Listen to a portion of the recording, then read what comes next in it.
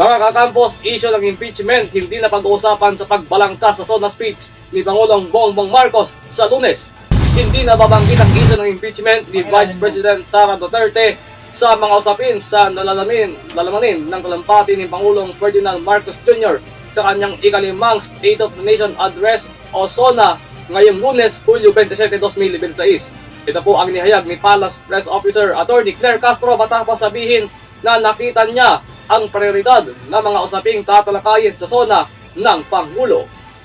Pero sinabi ni Castro na sa kabuuan ay hindi pa niya personal na nakita ang draft ng talumpati ng Pangulo. Sinabi ni Castro na sa linggo pa nilang malalaman ang kabuuang detalye ng SONA speech ng Pangulo, kung gaano ito kahaba at kung ano ang mga usaping nakapaloob dito. Hindi anya mawawala sa talumpati ng Pangulo ang mga nagawa na ng kanyang administrasyon. Pero kung mayroong panibagong pasabog, abangan na lamang ito sa Lunes.